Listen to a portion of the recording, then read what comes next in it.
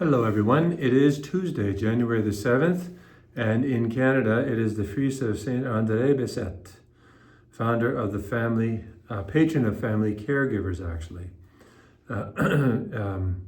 So the first reading is continue with 1 John, we're in chapter 4 now. Beloved, let us love one another. John's letter, this is the kind of the simultaneous sort of simplicity and yet the profundity of it and the challenging nature of it. Beloved, let us love one another, because love is from God. Everyone who loves is born of God and knows God. Whoever does not love does not know God, for God is love. Doesn't say love is God, but God is love. Now remember, love, this is easy. This word is probably the most used and misused and twisted word in the English, well, in human language, not just in the English language, but human language. You know, I love you, I love you, I love you. Do we really mean it? Do we understand what love is? People think they get married, they think they know what love is. They don't know what love is. I'm not saying that applies to everybody, but a lot of people don't know what it is. Hopefully they will discover what it is and embrace it. But love is many things. It is to will the good for another as other. That's how St. Thomas Aquinas described it or defined it. And it's an excellence, one of the best descriptions of love. It is to will the good for another as other. Not what I can get out of you, but what I can give to you to help you flourish, to build you up, to help you be more human. And not to just get out of you, but I want to get out of you for my own narcissistic sort of pleasure type of thing.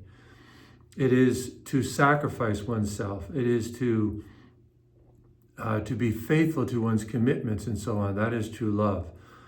So love is truly challenging. If we allow it to work its work in us, it will forge us. It will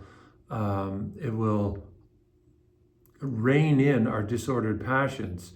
Love is not just to do what I want. Love is to do what I should do and I ought to do in accordance with objective standards revealed to me by God.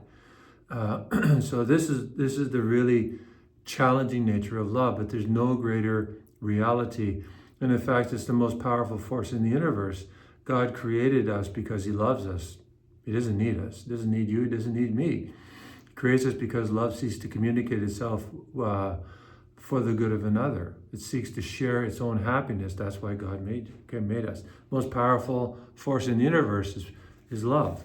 So we need to understand it properly and form ourselves according to it, or unite ourselves to God's own love. Okay, over to the gospel, Mark chapter 6. So Jesus, he gets into a boat and goes off to a deserted place because he knows the disciples are tired. But Jesus went ashore and saw a great crowd, and he had compassion for them because they were like sheep without a shepherd, and he began to teach them many things. Now he's going to go on and begin to reveal the mystery of the Holy Eucharist, which many of them will walk away from. But here, I want to focus on this. He went ashore, saw a great crowd. He was tired, they were tired. But still, in this particular moment, you know, sometimes we need to say, I must rest, you must rest, I must rest. We can't be working all the time. It will be like the bow, you know, that is taut all the time, T-A-U-T, and it will basically become useless. We need to relax the bow. And this means we need to engage in healthy recreation, rest, and so on, rejuvenating activities. But there are times when the needs of other people outweigh that or override that.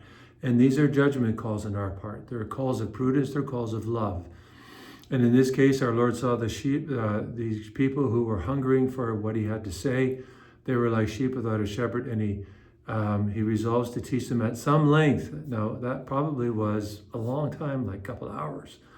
And he will reward them with the multiplication of the loaves, the revelation of the Holy Eucharist, which again, sadly, many of them will leave him over because they want to reduce him to some sort of earthly king or some bread king. Jesus won't have anything to do with this. But still, he has compassion on them, and you and I should have compassion on those who are really seeking the truth. And at times we need rest, but at times we need to sacrifice the rest that we need in order to really build up other people around us, to serve them. God bless you.